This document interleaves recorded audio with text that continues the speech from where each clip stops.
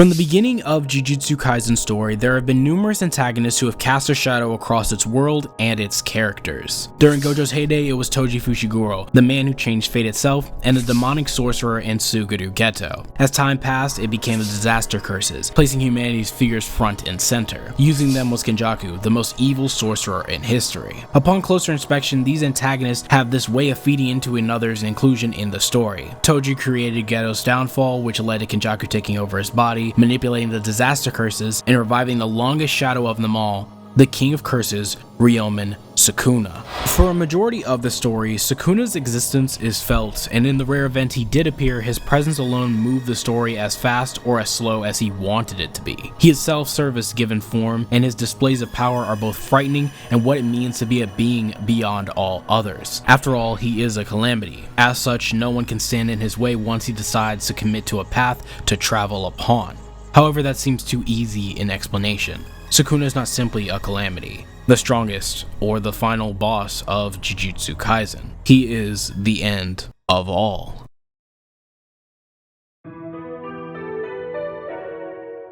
Sukuna's introduction is chaotic and striking. This cold open to his character illustrates how long it's been since he's been able to flex his strength. His fingernails, multiple eyes, and crazed expression drive home what he is to be seen as. A freakish monster like the animalistic cursed spirit seen in the first few chapters, but something much worse at the same time. His fingers are especially telling of what type of creature he is as well, attracting several of the cursed spirits simply to gain the power from his fingers. Remnants of his soul move the world of cursed spirits and sorcerers to circle around him, whether it be preventing his incarnation or using parts of his soul to become stronger themselves. Furthermore, his taunt towards Gojo raised intrigue regarding his true strength when he's assembled all 20 pieces of his soul. It leaves the door open for expectation in the fulfillment of that expectation. He's built up as a monster so early on, yet he shows up so little. These first few arcs use Sukuna very sparingly until things become dire. Funnily enough, these uses served as unintentional rescues and introduced key elements to the story. He effectively saves Yuji, Nobara, and Megumi from certain death, and protects Yuji from Mahito's soul manipulation. Making a binding vow with Yuji introduces the concept into the story, and Yuji's immunity to Mahito's abilities was because of Sukuna's overwhelming presence. Sukuna is well versed in Jujutsu, and using him to explore the concepts of the soul and binding vows gives credence to that fact. He's also so sure of his soul's shape that he's able to brush off any tampering with it. Furthermore, there's a distinct sense of unease with his character because he is someone that lives by the whims of himself, persuaded and dissuaded by his interests, and he will act accordingly. No character acts like this in the story, especially not in the opening. Mahito may have been close, but no cigar with him as his obsession with Yuji would grow.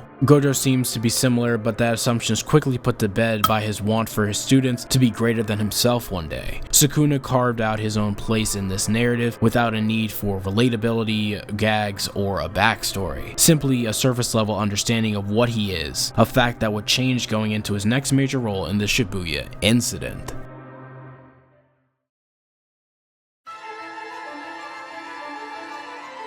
The Shibuya incident marks a turning point for Sukuna's character because he's finally able to show off that his taunt to Gojo was more than simply talk. While only at 15 fingers worth of his strength, his sorcery is well beyond what any sorcerer in this arc aside from Gojo could hope to produce. Not to mention his playful attitude towards Jogo, who was a solid threat in his own right. Absolute power is a focal point of Sukuna's character. He's been to the mountaintop and exceeded it like Gojo, which is barrierless domain displayed clear as day. Moreover, his invaluable wisdom from that mountaintop view led to an eerily fitting moment of mentorship for Jogo.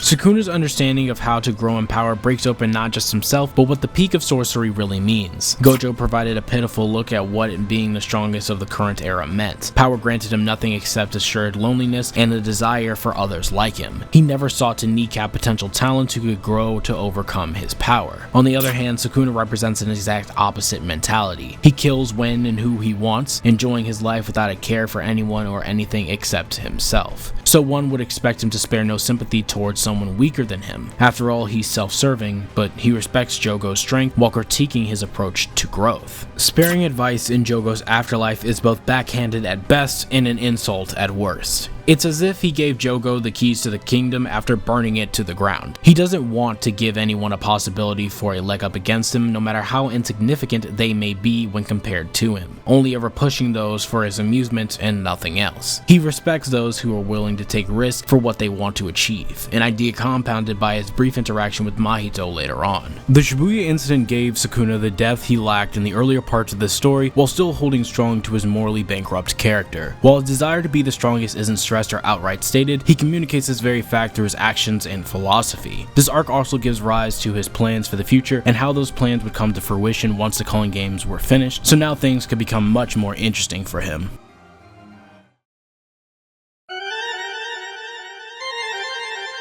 Ryomen Sukuna's revival has been a possibility from the start of this story, and several questions were raised in the build-up to that very possibility. How would he break his soul connection with Yuji? What was his binding vow made with Yuji? And what were his plans with Megumi? The conclusion of the Culling games answers all of them in one fell swoop. He played on Yuji's overconfidence and selfless nature. He played on Megumi's mental and emotional weakness. He leveraged the mechanics of the soul and his ability to choose his host. The critical moment where he possesses Megumi's body led to an understanding that was never understood before. Sukuna is a character of opportunity. He will do anything he can to gain his desired outcome. Steadily, he's been building up to when he could break free from his confine and achieve the body he wanted so he could roam the world freely for years to come. His incarnation shifted the world's power balance like Gojo did when he was born, and with that shift awakened challengers to meet head on. Yorozu and Ryu were ready to fight. First up is Ryu. Unfortunately, because of his showcase against Yuta prior, his bag had already been fully explored. His quick dispatch by Sukuna sets up how big of a power gap there is between the strongest and merely strong characters in this story. Yorozu provides a similar role as she expends her full arsenal in a fruitless endeavor that leads to her death. When it comes to Sukuna, he breeds characters who want to topple him. All of Jujutsu High, Kashimo, Ryu, and Yorozu, whether it's to scratch some sort of itch, humanity's security, a bit of love, or to gain understanding. Absolute power breeds challengers who want to defeat it for one reason or another. These quick interactions are for the purposes of building up the Shinjuku showdown, where the strongest battle it out like two intelligent feral animals that no one can hope to come between or even try to. For as much time has passed between the very first interaction these two characters shared, little evidence alluded to the tactics that would be employed to make this fight go as it did.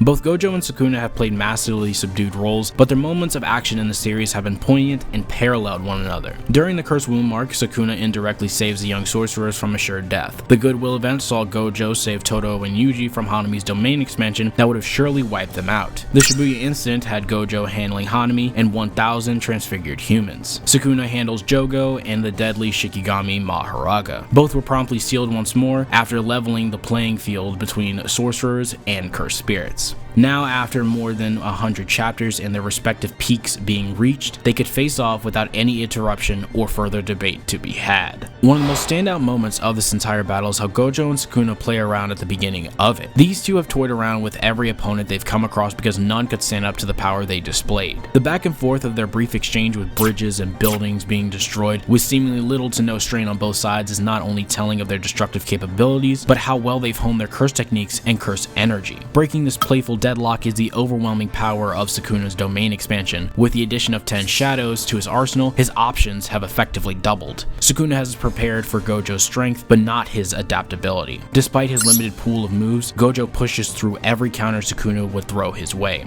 For the first time in the story, countless battles and a curse technique that solidifies his unparalleled strength wasn't enough for him to win.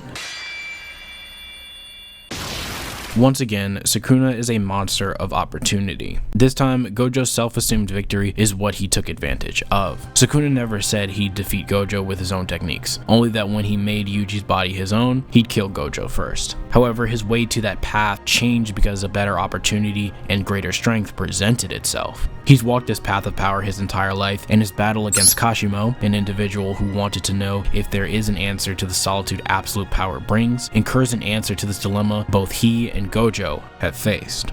Possibly hundreds.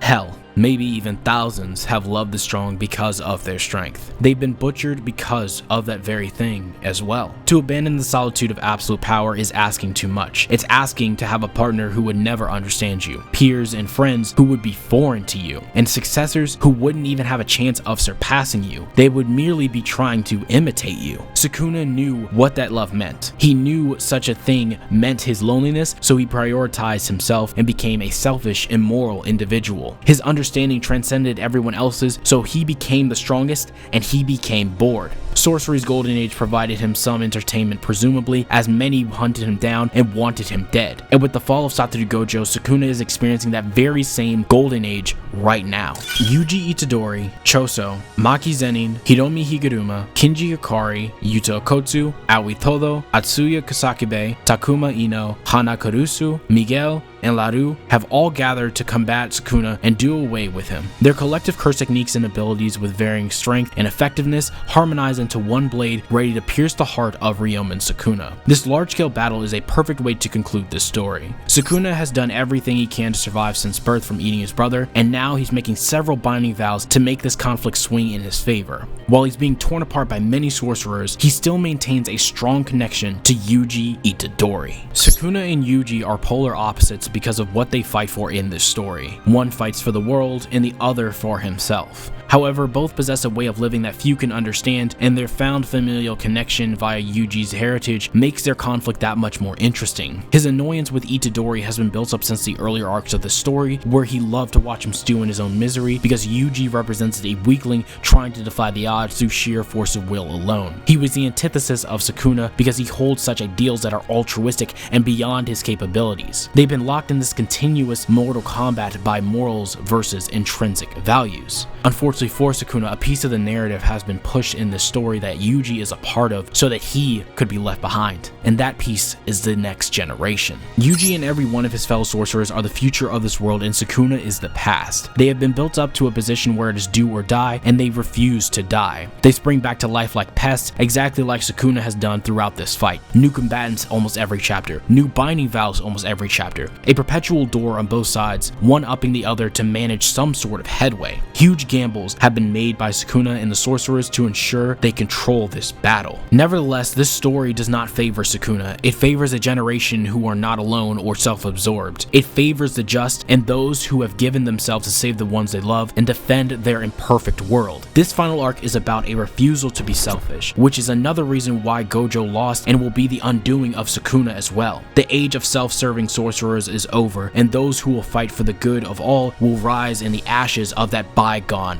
era. Sukuna is absolute power. He is also absolute solitude. He is also the last shadow to cast over this long, grueling tale. His intelligence, his opposition, and his planning have led him down the path of power, a path littered with bodies that he will have to take responsibility for. He is the death of selfish sorcery. Ryomen Sukuna is the end of an era.